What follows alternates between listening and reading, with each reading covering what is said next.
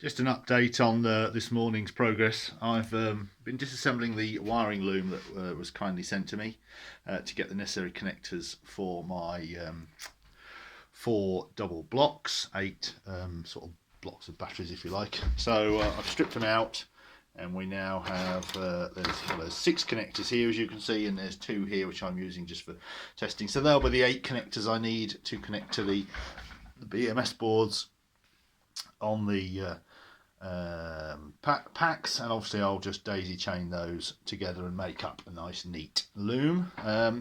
So I've been testing the IDs of the blocks using the CAN BUS device just to work out what IDs each block has, each BMS has, and yeah, it's quite interesting.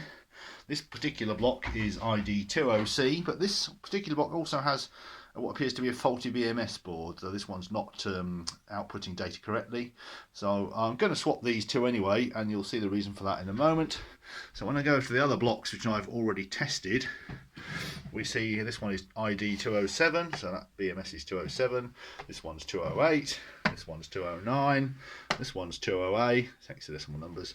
This one's 20B, and this one's 20C.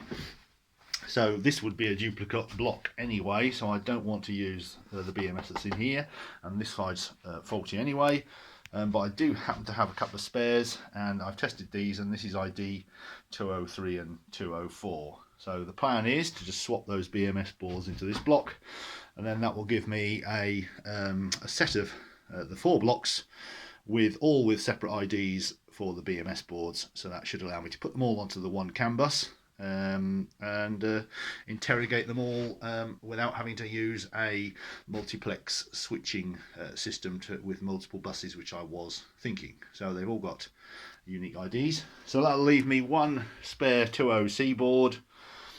These are 207 and 208, these particular spares here. So I'll probably use I'll have to use 203 and 204. So that will give me the separate IDs I need for the system. So my intention is to try and install all 8 units or all 4 complete blocks into the car. So we're making some progress.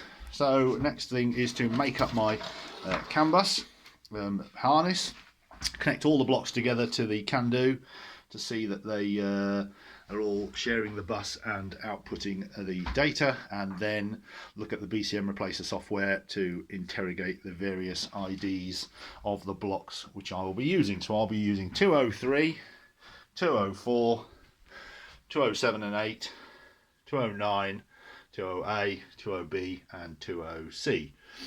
For other people who are doing this, obviously you can interrogate your blocks to find out what IDs they are, and it may be that we have to set up a bit of a swap around thing, or we ask the supplier to test IDs with a simple CAN bus device.